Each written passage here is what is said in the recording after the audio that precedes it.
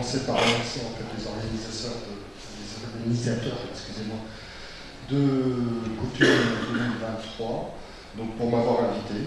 Donc, il faut que vous sachiez tous en fait, que c'est un grand honneur pour moi d'être là, de vous partager un petit peu dans les grandes lignes, bien évidemment, puisqu'en 45 minutes, je ne vais pas pouvoir en fait, vous exposer l'ensemble des problématiques scientifiques que nous traitons donc, depuis maintenant presque 3 décennies, donc à l'École centrale de Lyon, et plus particulièrement au LTPS. Donc là, l'intitulé de cette intervention est l'intégrité des surfaces, et de voir un petit peu comment en fait, ça va impacter la fonctionnalité, la durabilité des pièces, sans forcément rentrer en fait, dans les détails de la durabilité, etc. Donc c'est quelque chose en fait, qui va rester un petit peu superficiel. En fait, c'est juste en fait, attirer l'attention en fait, sur l'importance en fait, d'étudier l'intégrité des surfaces. D'accord? Pourquoi? Parce que les composants mécaniques que nous concevons aujourd'hui doivent durer dans le temps, doivent durer dans un environnement en fait, qui évolue constamment et bien évidemment doivent répondre en fait, à ce pourquoi ils ont été conçus. Donc, voilà. Donc je vais donc commencer par donc, des généralités, voilà. Donc ensuite je passerai en fait une définition rapide, etc. Alors, donc l'industrie mécanique donc, a la lourde tâche de fabriquer en fait des pièces mécaniques. Donc en réalité, ils fabriquent des surfaces fonctionnelles. Donc ces surfaces fonctionnelles ont besoin en fait de procédés, donc divers et variés. Donc vous voyez ici en fait quasi tous les secteurs. Donc le transport, vous allez avoir en fait donc des secteurs de l'armement, etc., en fait, qui ont besoin en fait de fabriquer des pièces mécaniques. Donc, les surfaces en fait sont diverses et variées. Par exemple, dans les roulements, en fait, vous avez des chemins de roulement. Je vous montrerai en fait tout à l'heure dans un des exemples en fait les problématiques qui peuvent se passer. Donc, les roulements, vous en avez en fait énormément en fait dans les hélicoptères. On a vu en fait dans une des startups qui conçoivent des hélicoptères. Des hélicoptères, donc les boîtes de transfert transmettent des puissances énormes et donc qui sont énormément sollicités et donc il y a des défauts en fait qui peuvent apparaître même si le matériau au départ a quelque chose. Donc pour cela, même si la conception globale répond parfaitement en fait à toutes les sollicitations extrêmes que vont subir en fait ces techniques. Un flux moteur par exemple, c'est une surface donc, qui est multifonctionnelle. Il faut à la fois qu'elle soit lubrifiée et à la fois en fait, qu'elle soit étanche pour avoir une compression suffisamment importante. Donc c'est difficile en fait d'avoir une surface donc, lubrifiée où vous allez avoir un jeu très important et à la fois en fait assurer en fait une compression extrêmement importante. Donc voilà, donc il existe en fait des procédés, donc il faut étudier un petit peu tout cet impact et cette intégrité. Alors, donc, bien évidemment, pour réaliser ces pièces, comme je le disais, il faut donc, des procédés thermomécaniques, hein, donc c'est tous les procédés que vous connaissez tous, hein, mécanique classique, hein, donc le moulage, les déformations, procédés par déformation, apprentissage, forgeage, etc. Les procédés d'assemblage, hein, le soudage en étain, les procédés par enlèvement de matière, c'est ce qu'on appelle communément aujourd'hui la fabrication soustractive, excusez-moi. Puisque l'usinage est un peu has-been, le mot usinage en fait ne plaît plus énormément en fait à la communauté scientifique. Donc il faut trouver d'autres mots, la fabrication soustractive en état. La fabrication additive, avec toute la complexité qui se cache derrière. On crée en fait non seulement des surfaces, mais on crée également des structures. Et toutes ces structures doivent avoir en fait une intégrité particulière. Et bien évidemment, en fait, vous avez tous les traitements mécaniques, chimiques, thermiques, etc., qui vont donner, en fait, qui vont conférer en fait, à la pièce des propriétés particulières pour résister en fait, aux différentes sollicitations des environnements, etc. Okay. Et donc tous ces procédés vont bien sûr avoir un impact sur les surfaces et les structures. Et cet impact-là, qui n'est pas visible a priori, va avoir en fait une importance capitale dans la durabilité, dans la durée de vie et dans les dégradations en fait, que vont subir en fait, les différentes pièces au cours de leur vie, de leur fonctionnement. Alors, on crée des surfaces fonctionnelles, bien évidemment, pour que celles-ci soient en interaction, soit avec d'autres surfaces, soit avec des environnements. J'aime bien en fait cette image en fait, qui a été prise en fait, dans un article dans Tribologie internationale, en 2018, donc l'auteur c'est Patrice. Cette illustration est intéressante parce qu'elle reprend un petit peu toutes les problématiques qui se cachent au niveau de la surface. Une surface fonctionnelle, c'est une rugosité. Okay. Quand il y a des contacts, il va y avoir des points de contact, des gaps, etc. Donc il va y avoir des microstructures. Dans les points de contact, on parlait hier en fait, des contacts électriques qui sont de plus en plus importants compte tenu du fait qu'on se dirige vers le tout électrique. Donc du coup, s'il y a des gaps, il peut y avoir des arcs électriques. Un arc électrique, ben, ça va créer forcément en fait, une dégradation locale. Donc du coup, il faut maîtriser en fait tous ces contacts-là. Il peut y avoir en fait des phénomènes de diffusion. Ici, on peut organiser en fait les gaps de telle sorte en fait que vous ayez en fait des réservoirs de fluide pour la lubrification entre autres, la lubrification liquide, solide, etc. Dans les interfaces peuvent s'intercaler en fait des corps, donc ce qu'on appelle souvent en fait les troisièmes corps, qui sont soit des débris des deux corps en contact, soit en fait des corps qui viennent de l'extérieur. Donc ces débris vont forcément en fait avoir donc un impact en fait sur la qualité en fait de la surface, donc va la dégrader, etc. Donc voilà, donc il existe en fait tout un tas d'autres phénomènes, bien évidemment, ici dégradation. Voilà. Donc, et quand on s'intéresse à l'intégrité de surface, on s'intéresse en fait à tous ces phénomènes. Donc c'est une science qui est multiphysique, qui est pluridisciplinaire, elle est multi-échelle, et c'est ce que je vais tenter en fait de vous montrer aujourd'hui. Alors, ici en fait j'ai donné quelques exemples en fait de dégradations qui ont initié en fait tout ce. Donc dans les centrales nucléaires, donc il y a donc deux circuits. Un circuit chaud en rouge et un circuit donc froid en bleu. En gros, en fait, on vient chauffer de l'eau. On passe par des générateurs de vapeur, on génère de la vapeur, on fait tourner en fait une aube, et ensuite ici un alternateur et on produit de l'électricité pour alimenter en fait tout le monde socio-économique et toutes les villes en fait du monde entier. Enfin, de France, hein, entre autres, c'est centrales nucléaires françaises.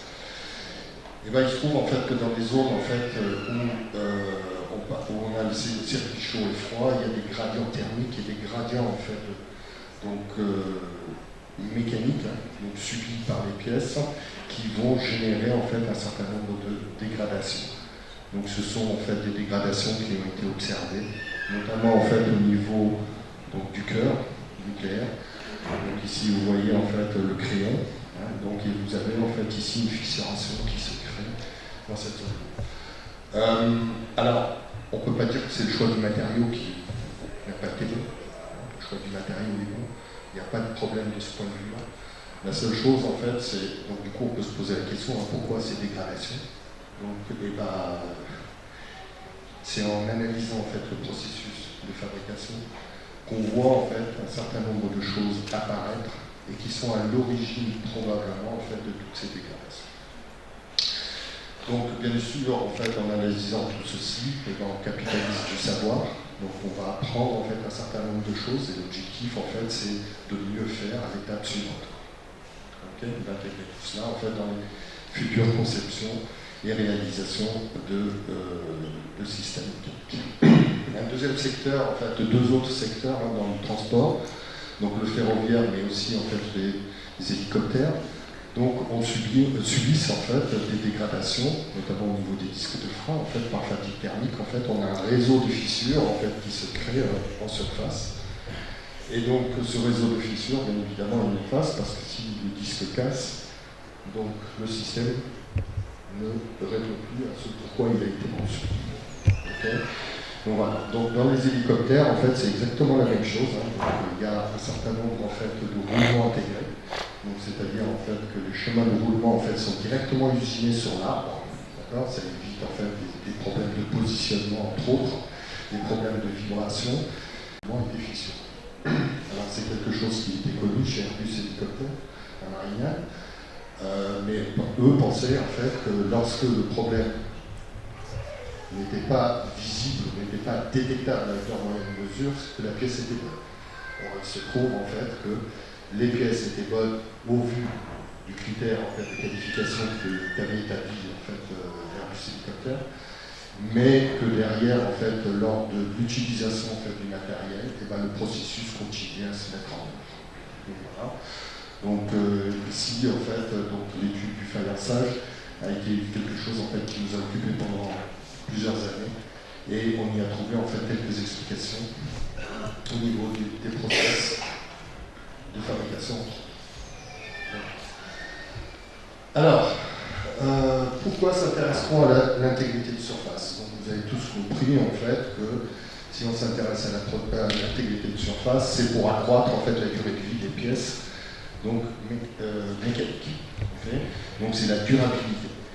Donc prévenir également les défaillances. Donc on capitalise du savoir et se dire attention en fait dans tel secteur il peut y avoir quelque chose. Et notamment, en fait, prévenir les défaillances dans le secteur nucléaire, c'est extrêmement important. On comprend bien, en fait, que s'il y a une défaillance très importante, et d'ailleurs, en fait, je ne sais pas si vous avez écouté les actualités, mais un certain nombre de centrales nucléaires en France ont été arrêtées parce qu'il y a eu des processus, en fait, de corrosion sous contrainte accélérée. Et il a fallu comprendre, en fait, tous ces problèmes-là pour y remédier. Et, bien évidemment, faire en sorte, en fait, que ça ne se reproduise. Okay. Donc prolonger les durées de vie, donc ça c'était essentiellement vrai pour les centrales nucléaires. On était passé de 40 à 60 ans, et là aujourd'hui on parle de monter à 80 ans de durée de vie. Donc bien évidemment, ça c'est possible aussi en fait les matériaux continuent à résister et continuent à répondre à la fonction. Voilà, pour comprendre les mécanismes, c'est évident. Alors, je vais passer donc au deuxième point, c'est la définition de l'intégrité de surface. Donc vous avez vu en fait ici que l'intégrité de surface, en fait, ce n'est pas simplement la peau, la topographie et la morphologie en fait, de la surface, mais on va s'intéresser aussi en fait à la sous-couche, aux modifications structurelles de la sous-couche, dues au procédé, mais dues aussi en fait aux contraintes thermomécaniques d'utilisation des pièces dans leur mécanisme. Alors ça donne en fait un aspect 3D donc à la surface, c'est-à-dire que quand nous parlons de surface, nous parlons en fait d'un volume. Donc très faible certes, mais d'un volume tout de même. Et ça nécessite bien évidemment donc des caractérisations multi-échelles, multiphysiques, pour essayer de voir un petit peu comment les choses se passent. Alors, donc ici, voici tous les moyens en fait, de caractérisation. Donc on a, comme je le disais, en fait, des facteurs microgéométriques pour connaître en fait, parfaitement la topologie et la topographie de la surface, la morphologie. Ensuite, des critères tribologiques. Donc la tribologie en fait, pour l'étude de l'usure, l'étude des contacts, l'étude de la lubrification. Donc pour cela, en fait, on va mesurer essentiellement en fait, des efforts, on va faire des rapports de force, etc. pour essayer d'avoir en fait, un certain nombre d'indicateurs qui vont nous dire en fait si les choses se passent plus ou moins bien ou pas. Ensuite, on a les facteurs mécaniques. Donc pour les facteurs mécaniques, j'ai illustré ici par la diffraction de rayon X pour la détermination des contraintes résiduelles. Donc en surface mais aussi en sous-couche, la microdureté pour avoir en fait un comportement ou un gradient de comportement en fait, de la matière en sous-couche, entre autres. Et puis après, en fait, il y a les facteurs chimiques et métallurgiques, et pour cela, en fait, on va utiliser plus des moyens en fait, de mesure nanométrique. Et là, en fait, ici, je représentais en fait, un FEG avec une sonde de BSD pour connaître en fait, l'orientation cristallographique en surface. Voilà. Et donc, lorsqu'on étudie l'intégrité de surface, on étudie, en fait, il faut faire tout un ensemble en fait, de caractérisation. Et une caractérisation ne suffit pas en fait, pour qualifier l'intégrité de la surface. Et je vais tenter en fait, de vous montrer cela au travers d'exemples. Voilà. Alors, je vais passer directement en fait, à l'impact des procédés donc, thermomécaniques sur l'intégrité, bien évidemment, de surface. Alors, les procédés thermomécaniques, et pour étudier l'impact des procédés thermomécaniques, nous mettons en place en fait, un certain nombre en fait, d'investigations, bien sûr, pour observer, et bien sûr, nous mettons aussi en, fait, en place des simulations numériques, parce qu'expérimentalement, on ne peut pas accéder à l'ensemble en fait, des informations. Il y a des zones en fait, non observables, où on ne peut pas avoir en fait, un certain nombre de choses. Par ailleurs, en fait, expérimentalement, on a des grandeurs qui sont des résultants, pardon. Donc, alors que souvent, en fait, ce qu'il nous faut, c'est des densités. Par exemple, quand on mesure un effort, on mesure la résultante de l'effort, c'est pas la densité en fait, surfacique de l'effort, c'est-à-dire qu'on n'a aucune information sur la répartition des forces sur les surfaces. Et c'est plutôt ça, en fait, qui va nous intéresser par la suite. Et donc, du coup, par découplage expérimental numérique, nous allons essayer de remonter en fait, à toutes ces informations. Alors pour cela, en fait, on utilise nos machines-outils où on développe en fait, des expérimentations spécifiques. Alors quand on utilise des machines-outils, c'est essentiellement utiliser des cinématiques de la machine. Et bien sûr, on fait des instrumentations variées pour remonter en fait, aux grandeurs physiques que l'on souhaite acquérir, pour essayer de donner en fait, des explications aux divers phénomènes que l'on observe. Voilà. Donc quand on met en place des expérimentations, il faut savoir en fait, que ça se solde par une conception, ensuite une réalisation du système. Donc bien évidemment c'est beaucoup plus long, c'est beaucoup plus coûteux. Donc quand on démarre une thèse en disant qu'on va monter en fait, une expérimentation de A à Z, il faut avoir des idées bien claires si on veut aboutir en 36 mois. Okay. Donc en règle générale, on débute ce genre de choses bien avant. Donc voilà, donc ici quelques réalisations particulières. Ok. Alors ici je donne pour deux exemples, je vais donner deux exemples donc un système en fait ici qui a été conçu complètement de A à Z, qui a été réalisé en fait par une de vos collègues, camarades peut-être, donc Samson Youssef. Qui a fait sa thèse CIFRE avec Areva, donc sous ma direction, donc il y a quelques années maintenant. Donc elle a développé en fait un rang spécifique, donc bien évidemment elle a participé en fait à la fin du développement de celle-ci, pour les mêmes raisons que j'ai évoquées tout à l'heure. Donc ça prend un certain temps pour le faire. Donc ce banc, il était destiné en fait à reproduire en fait le procédé de meulage pour la société Areva. Il faut savoir en fait, c'est qu'Areva Framatome aujourd'hui, ce sont des chaudronniers, hein. Donc ils font de la soudure et ils font du meulage de soudure. Donc c'est ça en fait leur cœur de métier. Ce sont des chaudronniers de très haut vol, donc de très haute qualité, mais ils font essentiellement ce genre de choses. D'accord. Donc maîtriser les paramètres d'entrée, donc les paramètres de force, etc. Pourquoi? Parce que c'est une opération qui est manuelle, qui est faite par des opérateurs. Et on s'est rendu compte en fait d'un opérateur à l'autre, et ben, le résultat n'était pas le même. Et que l'objectif c'est tout de même en fait d'avoir en fait quelque chose qui soit homogène pour tous les produits fabriqués par la société.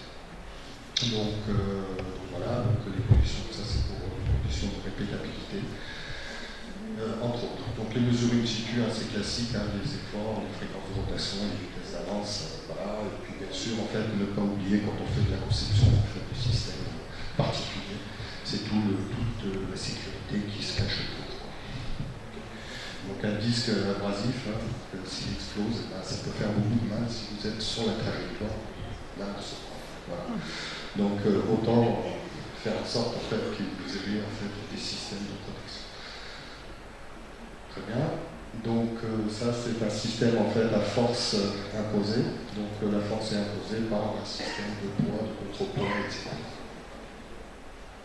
Très bien. La deuxième en fait étude ici, c'est l'étude en fait, alors ça elle sort de l'UNI. Donc elle a fait ses études à l'UNI. Yasmine Chalfedine, donc elle a fait ses études à l'ELISO. On a développé dans le cadre de sa thèse donc, un système qui permettait de faire en fait, du procédé thermomécanique et du procédé mécanique simultanément.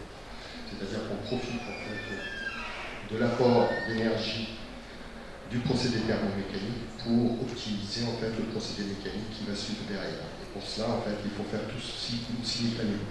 Donc on a utilisé pour cela en fait une machine traditionnelle, donc une machine rectifieuse plane, plus précisément.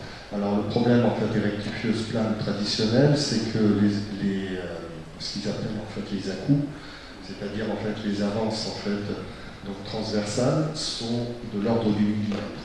Le problème en fait quand on a une bille de 13 mm avec un contact qui va faire un peu moins d'un millimètre, si vous avez un à-coup d'un millimètre, vous avez un taux de recouvrement en fait qui va être très important. On ne peut pas utiliser cette machine telle qu'elle. Donc on a développé en fait ici une table donc, micrométrique avec une précision de 0,1 micromètre, donc complètement conçue et fabriquée chez nous, avec le système de pilotage que l'on a couplé avec la machine en fait pour que les choses se fassent automatiquement. Donc ça c'est très important quand on fait de l'expérimental en fait d'être capable aussi d'utiliser en fait nos connaissances et compétences en fait en génie mécanique pour les mettre en œuvre. Ok, donc un système comme ça, lorsqu'on le fait fabriquer en fait par des sociétés allemandes, pour ne pas les citer, la Pernod, le coût était de l'ordre de 15 000 euros. D'accord, ils faisaient la conception, fabrication, ils livraient tout le système en fait clairement. Fabriqué par nos propres moyens, avec l'achat de matériel, avec un peu de temps en fait mis pour l'asservissement et tout ce qui s'ensuit, ça nous a coûté un peu plus de 1 000 euros. Donc bon, c'est 1 000 euros quand même, mais c'est quelque chose qui est totalement abordable. Donc du coup, en fait, ici, on pilote tout un tas de choses et puis on a pu faire des études assez intéressantes à ce niveau-là et surtout des résultats très importants. Donc voilà, ici, donc, une petite vidéo qui montre un petit peu la cinématique. Ok, très bien. Ensuite, donc toujours en fait au niveau de l'impact des procédés et de la démarche expérimentale. Donc le choix du matériau et sa préparation au départ est très important. Okay, donc quand on a le choix du matériau, quand on a le choix du matériau, quand il n'est pas imposé par l'industrie, essayons de prendre en fait un matériau qui soit le plus homogène possible. Enfin, ça dépend en fait bien évidemment de ce qu'on recherche à identifier. Okay, mais si on veut voir en fait des choses intéressantes, par exemple dans une famille de matériaux, en l'occurrence ici des alliages à base de nickel, donc ce sont des matériaux en fait pour le nucléaire essentiellement, et il faut essayer de prendre un matériau qui soit le plus homogène possible. Ok, donc je dis bien quand on a le choix, on n'a pas le choix, on prend le matériau qu'on a. Donc on le caractérise avant, etc. Donc ensuite, il faut savoir en fait comment on le prélève, ce matériau dans le brut, qui est fourni ou qui est acheté. Et comment on le prélève? Est-ce qu'on le prend dans le sens du laminage? Est-ce qu'on le pense transverse au laminage, etc. Donc, tout ceci en fait est extrêmement important à voir. La préparation de l'échantillon. Donc est-ce qu'on laisse la surface brute? Donc si on veut voir en fait l'impact sur la topographie, il faut qu'on ait en fait au moins en fait un état initial qui soit le même pour tous les échantillons. Donc du coup en fait essayer de faire en fait des polissages donc avant en fait opération. Les traitements de détentionnement. Donc quand vous coupez comme ça en fait à l'électroérosion, on va aller chercher en fait des échantillons dans les brutes, on va les extraire par l'électroérosion. L'électroérosion va avoir un impact. Donc cet impact, il faut l'éliminer. Sinon, en fait, il faut le prendre en compte en fait dans notre démarche. Donc du coup, il faut faire des traitements de détentionnement si nécessaire. Il faut retirer les effets de cette électrode. Donc tout ceci en fait est important à faire en préparation. C'est pas simplement prendre un échantillon et venir en fait usiner. Ça tout le monde sait faire. Le problème en fait derrière, c'est que pour essayer de voir en fait l'effet d'un process sur un état, il faut que l'état initial soit parfaitement connu, il soit identique pour tous les essais. Donc voilà, donc ça c'est quelque chose d'important. Ensuite, la planification expérimentale est nécessaire. Donc, vous savez tous en fait que l'idéal en fait c'est de prendre un plan complet. Okay, donc là on peut avoir toutes les interactions, on peut faire toutes les statistiques qui viennent. L'inconvénient en fait c'est que c'est long, c'est coûteux. Donc du coup, on passe en fait à des plans un peu plus petits, c'est-à-dire des plans factoriels entre autres. Donc du coup, il faut bien le choisir, le plan. Pour bien le choisir, il faut bien réfléchir aux impacts, aux effets, il faut imaginer, il faut avoir de l'imagination, essayer de se projeter. Pour les startups, tout à l'heure, il faut se projeter en fait, pour voir en fait les interactions qui peuvent éventuellement y avoir, et bien sûr choisir le plan en fait, pour que cette interaction puisse être étudiée. Okay. Souvent en fait, en fin de thèse, on se rend compte en fait que les étudiants ont choisi un N27 pour ne pas le citer, parce que c'est un enseignement qui va poser problème depuis très longtemps. Au départ, le N27 était censé tout faire, et au final, en fait, on s'est rendu compte en fait, que les interactions essentielles, il est très peu. Donc du coup, il faut refaire des essais. Quand les essais sont faits dans une université, d'autres dans des entreprises, etc., c'est pas toujours forcément simple en fait, de reproduire les choses dans les mêmes conditions. Donc autant faire tout cela en fait dès le départ. Ensuite, ce que j'ai rajouté ici, en fait, c'est la modélisation et l'assimilation numérique pour accéder, comme je disais, à des grandeurs physiques. Dans une interface, on ne peut pas aller faire des mesures de température cohérentes avec des systèmes sans contact, notamment optiques. Si vous avez un brouillard de fluide, vous ne pouvez pas utiliser des méthodes optiques. Donc du coup, des simulations numériques vont permettre en fait d'accéder à des informations et donner en fait de l'information supplémentaire pour étayer davantage en fait les raisonnements en fait que l'on va pouvoir mener pour essayer de comprendre. Ok, et les couplages bien sûr expérimentaires numériques, on voit toute leur importance en fait à ce niveau-là. Donc le numérique, c'est pas pour reproduire l'expérimental, non, c'est pas pour ça. Le numérique, c'est pour comprendre. Alors, donc ici, je vais essayer maintenant en fait de donner en fait une démarche multi-échelle, d'accord, dans le cas en fait de ce procédé en fait de meulage manuel qui était fait là. Donc à l'échelle en fait de la topographie, donc on peut en fait faire un certain nombre de mesures, soit en 3D, soit en 2D, pour essayer de voir en fait, les morphologies, essayer de voir en fait les différentes grandeurs en fait qu'on peut extraire, les portances, les rugosités, etc.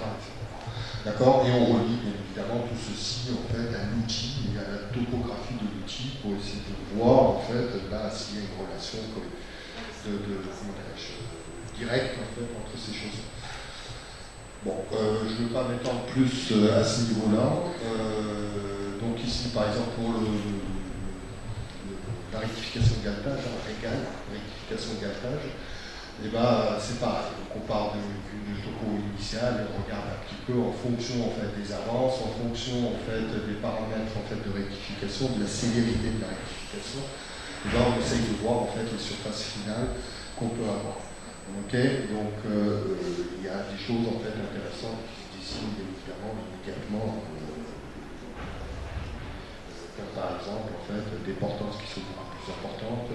Donc il y a des surfaces en fait qui ont des rugosités en fait qui sont très intéressantes. Je crois qu'il y a un transparent en fait qui parle de cela. Oui, voilà. Donc du coup en fait on voit en fait ici qu'entre les procédés en fait donc régal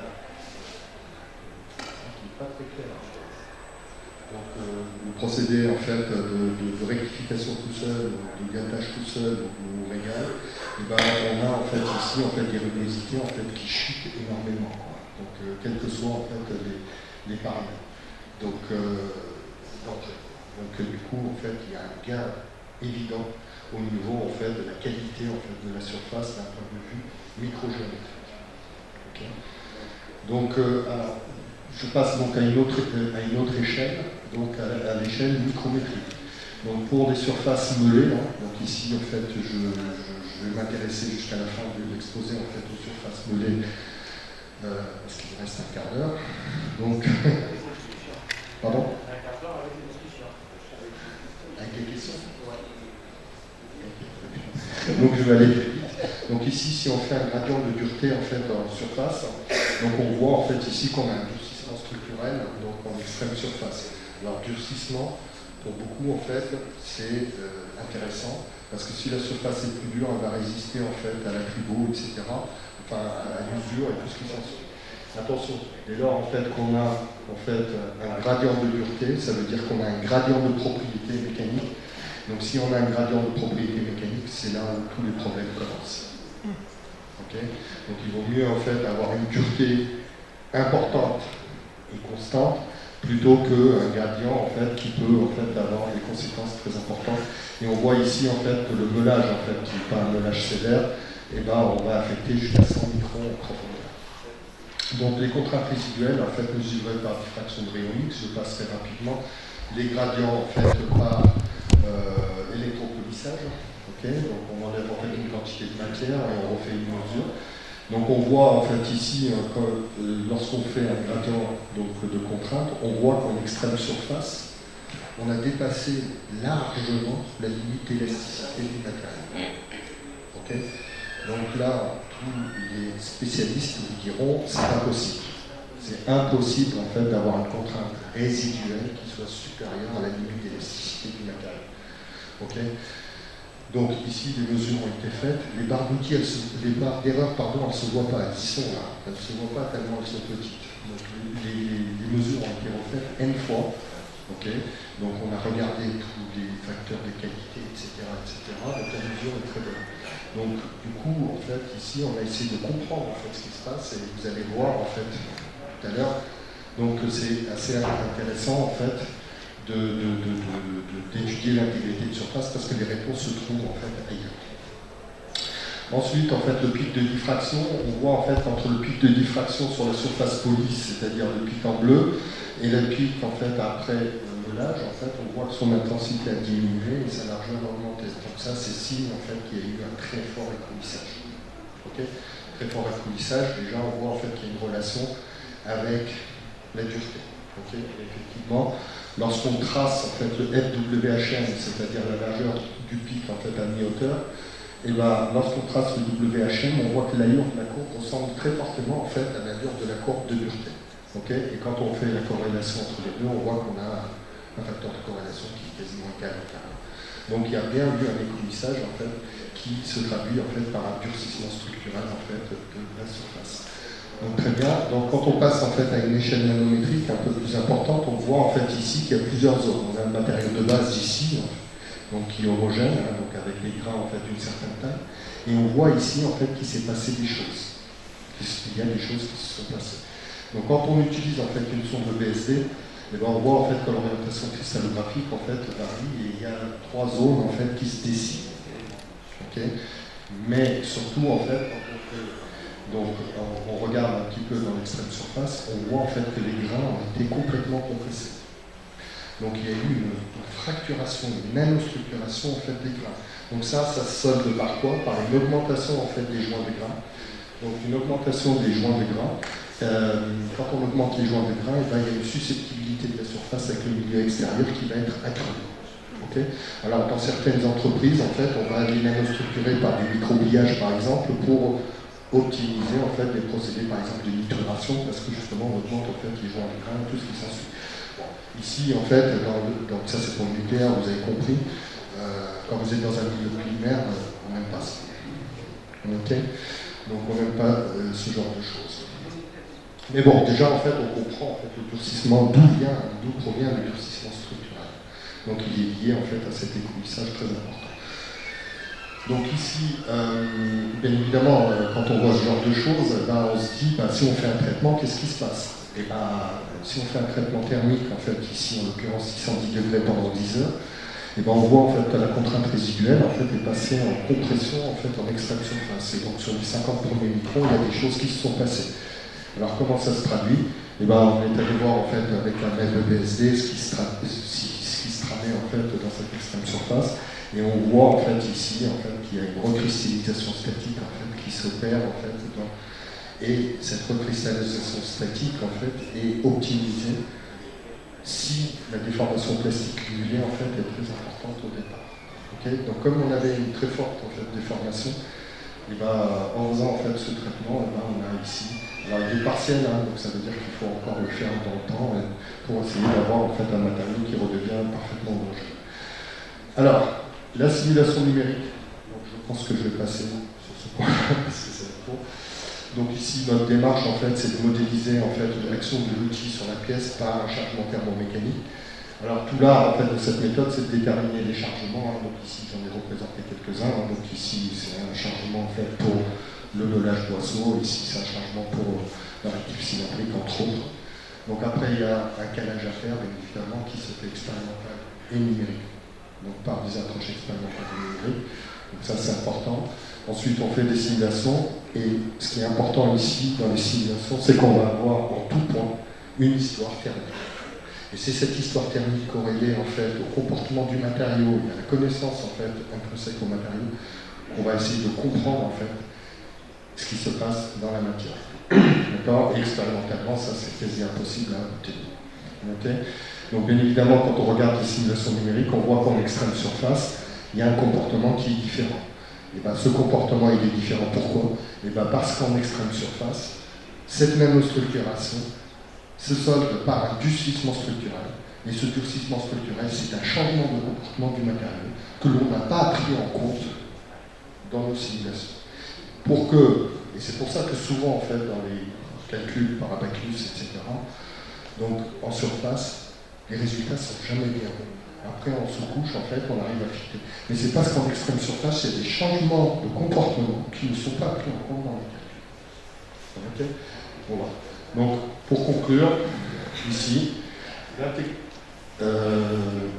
surface, c'est une peau, c'est un volume pour ce qui nous concerne. L'intégrité, donc pluridisciplinaire. Donc, ça permet en fait d'étudier en fait les changements thermiques mécaniques. Donc, et puis surtout en fait la susceptibilité de la surface avec l'environnement, de comprendre l'ordre physique.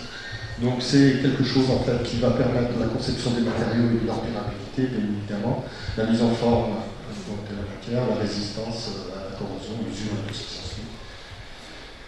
Ça apporte une autre dimension donc à la fabrication mécanique et surtout en fait ça participe à l'économie circulaire parce que si on comprend la physique, on va optimiser en fait les procédés. Mais surtout derrière, en fait, on va pouvoir réparer, on va pouvoir faire du réemploi de composants déjà existants et d'arrêter en fait de jeter en fait des pièces mécaniques qui peuvent être réutilisées. Voilà. Je vous remercie pour votre attention.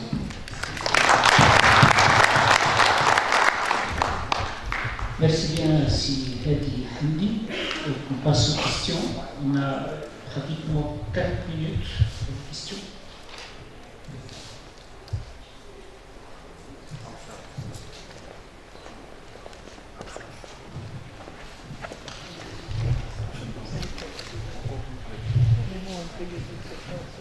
Merci beaucoup pour la présentation. Salah Mouzine, directeur du labo et professeur à l'INI. J'ai bien aimé voir cette notion de l'intégrité de surface par rapport à l'actualité en fait, de la fabrication additive et de la texturation, ce qu'on appelle fonctionnelle. Actuellement, on met des surfaces bio-inspirées, fonctionnelles, qui sont des propriétés, qui possèdent des propriétés très intéressantes en termes anti-empreinte digitale, en termes auto-nettoyantes, et c'est des surfaces qui sont devenues très très utilisées en fabrication additive. Où est-ce que vous êtes par rapport à cette nouvelle technologie de fabrication additive par rapport à des applications et par rapport à ces surfaces texturelles? Alors où est-ce qu'on en est? C'est-à-dire qu'on va utiliser en fait les mêmes approches pour essayer de caractériser en fait toutes ces nouvelles technologies. Comme je le disais en fait dans mon exposé, la fabrication additive en plus en fait de la fabrication de surfaces fonctionnelles et d'usinage, c'est qu'on fabrique en plus des structures. Okay, donc c'est-à-dire qu'on ne va pas s'intéresser simplement en fait à la surface, mais on va s'intéresser aussi en fait à la structure globale en fait du composant mécanique. Donc bien évidemment ça aujourd'hui on développe en fait des démarches. On en fait aux démarches, on essaie de regarder comment en fait on peut fabriquer une structure, comment on peut extraire proprement et de manière répétitive en fait des échantillons dans différentes directions pour faire des essais de traction, des essais de flexion. Évidemment, il faut extraire aussi en fait des surfaces pour les observer. On n'observe que des surfaces. Alors maintenant, avec la tomographie RX, on peut faire en fait, du limite. Petite surface qui essaie de voir en fait comment on fait la structure, mais nous on n'en est pas en fait à ce niveau-là. Donc, mais globalement en fait on va regarder en fait l'influence en fait des paramètres de fabrication en fait sur ce qu'on peut observer, c'est-à-dire en fait la structure métallurgique, mais aussi en fait le comportement mécanique d'un point de vue d'essai de traction, de flexion et autres. Okay. Et aussi en fait un certain nombre de mesures telles que les contraintes résiduelles. Mais pour mesurer une contrainte résiduelle sur une pièce en fabrication additive, si en plus elle a de la porosité qui peut être importante, c'est pas chose simple. Parce que vous avez un matériau en fait, qui n'est pas isotrope et une méthode en fait, de mesure par diffraction de rayons X est bien adaptée en fait, pour les matériaux isotropes. Donc il existe des petites techniques qu'on développe en fait, un certain nombre de petites techniques en fait, pour essayer de remonter à cette grandeur-là, parmi tant d'autres. Donc voilà, ça reste un peu flou parce que c'est encore des investigations en cours et il n'y a pas encore en fait, des choses très claires. Bonjour, monsieur Hamdi, merci beaucoup de cette présentation très riche en informations. Alors moi j'aurais une petite question à vous poser quand vous avez parlé des procédés thermomécaniques.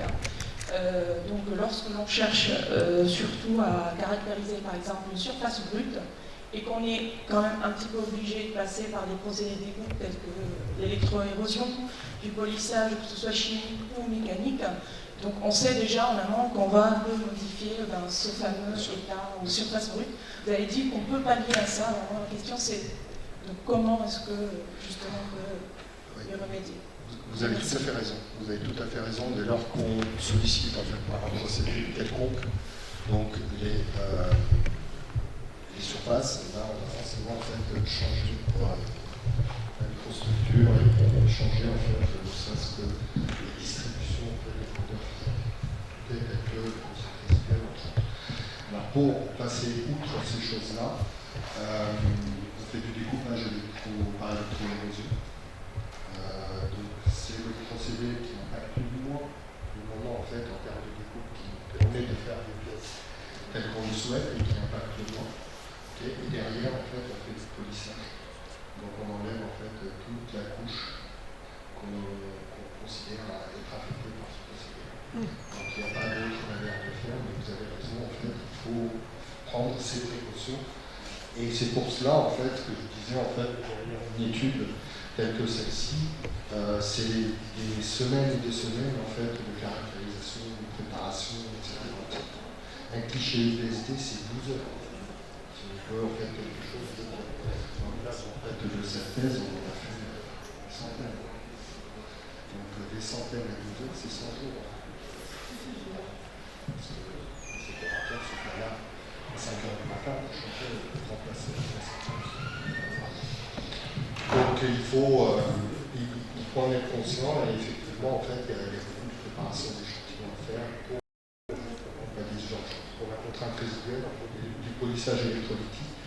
Alors moi la technique que j'utilise quand on peut, c'est qu'on fait des points de mesure en fait tout autour, on fait le polissage et on regarde en fait s'il y a une relaxation de contrainte ou ne serait-ce qu'en surface. S'il y a une relaxation de contrainte, ne serait-ce qu'en surface. Et jusqu'à alors en fait ça marchait pas trop mal. Et il n'y avait même pas besoin d'utiliser des algorithmes en fait, pour prendre en compte l'éventuelle relaxation. Si vous avez une question, merci beaucoup pour cet exposé. C'est intéressant, très intéressant. Ça complète pas mal d'aspects, l'écologie, le mélange expérimental numérique.